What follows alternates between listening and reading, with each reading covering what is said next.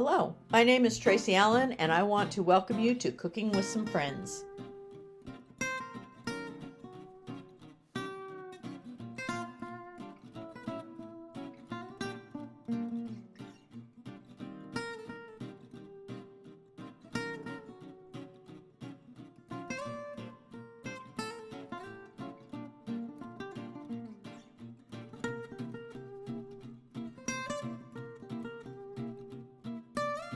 Hello and welcome to Cooking with Some Friends. We're going to have some loaded baked potato soup and some sandwiches for supper while we watch the football game tonight.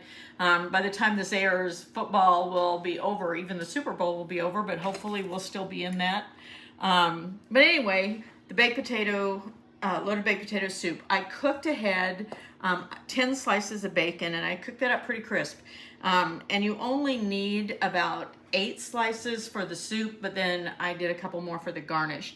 I also went ahead and took 4 potatoes and I washed them, poked them, baked them in the microwave, and then I let them cool a little bit, and I carved out the center, and then I'm cubing these up. Now some people like their potato soup to be super creamy and not have any potato chunks in it. If you like that, then you can use your immersion blender and make it so that you don't have chunks of potato.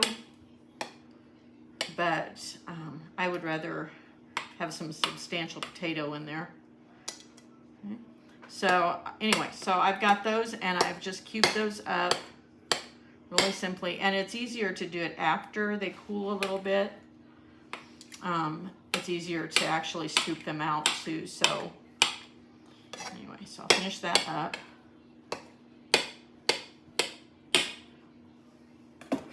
Put those in the bowl. I'll just leave those in the bowl and on the plate. Okay. In my pan, I've reserved about 2 tablespoons of the drippings from the bacon that I cooked, and I also added 4 tablespoons of butter to that.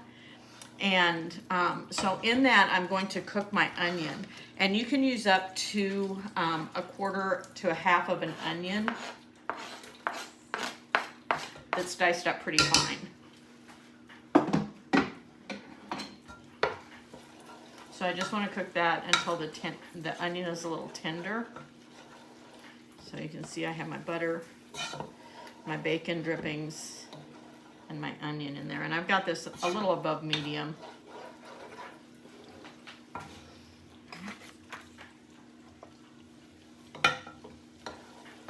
Once that cooks, I'm going to take 1/3 cup of flour and mix that in to make my roux. And remember, anytime you make a roux, I know it sounds like I'm beating a dead horse. Anytime you make a roux, you want to let that cook a minute or so just to kind of get that flour taste gone.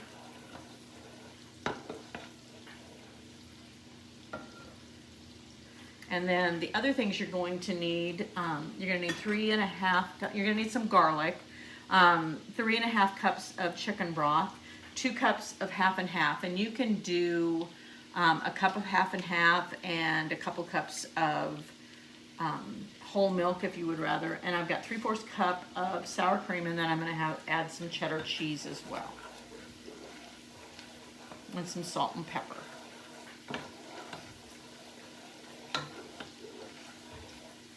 I'm going to stir in my flour to make that roux. I've got family coming in. I've got my camera on Noah, so I'm videoing. So I'm going to add my salt and pepper at this point. And a little bit of garlic.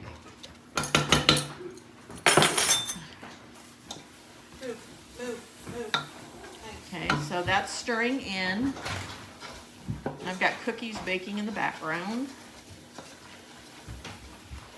So I'm ready to add my broth.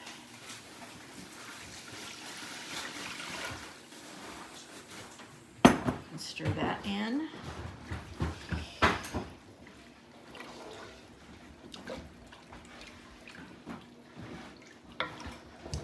we got little smokies coming in and rotel and chicken wings. We're gonna show you some Reubens too here in a minute. I'm gonna put my 2 cups of heavy cream in there, or half and half, sorry. When I make regular potato soup, I use heavy cream.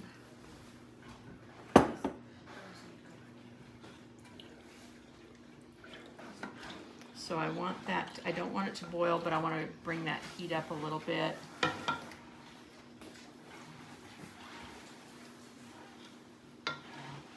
Stir in my sour cream.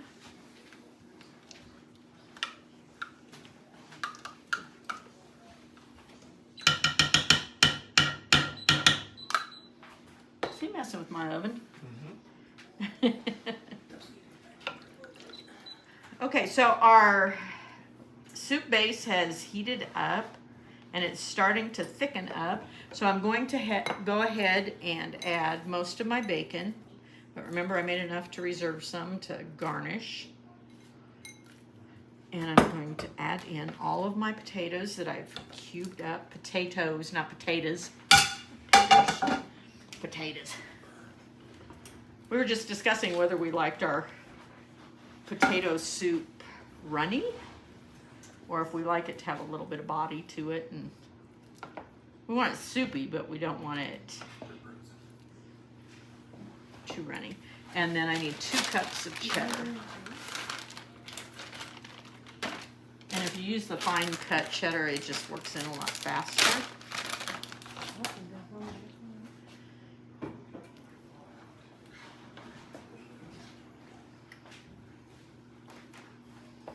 And that's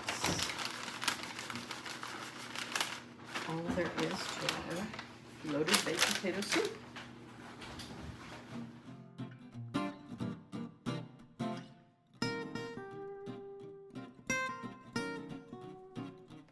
Hello and welcome to Cooking with Some Friends. We're going to make some Irish nachos to go with our brisket and stuff today for lunch. And so Jacob used the mandolin, and we took some golden Yukon potatoes and sliced those up.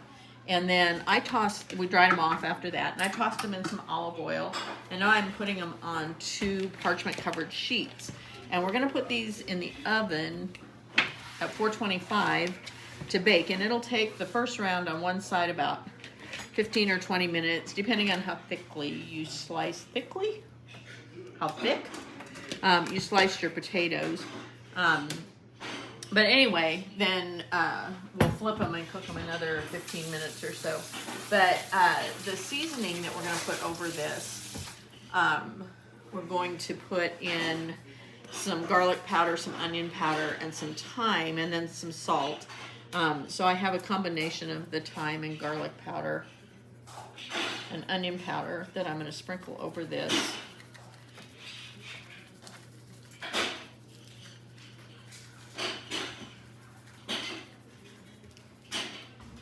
Then I will salt all of it, and then I'll kind of mix it up a little bit. And you could use seasoning salt if you want to. So we're kind of doing this in honor of the fact that it's going to be our March Irish celebrations for St. Patrick's Day. Our oven's hot.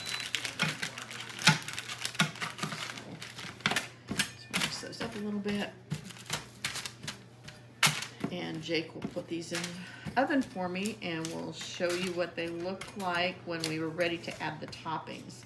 So we'll cook them one side, flip them, cook the other side, and then we'll come back. Okay, so we baked them on one side, flipped them, baked them, and we did convection just to make it faster.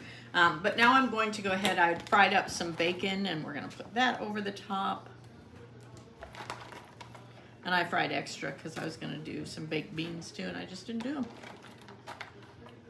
We'll do them some other time. And these are going to go back in the oven here in a minute at 350. And then we're going to put cheese.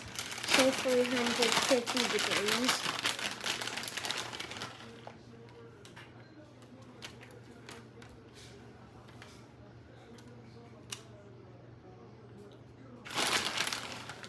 calls for 2 cups of cheese, but. And then we're going to put a little bit of green onion over the top of that. The Jake chopped up for us. Then we're going to put this back in, and we're just going to leave it till the cheese melts down. And when you serve this, you can serve it with sour cream and salsa, however you like your normal nachos. Thanks for joining us for this session of Cooking with Some Friends. Make sure you like this video and subscribe to our YouTube channel. And find us on Facebook at Cooking with Some Friends.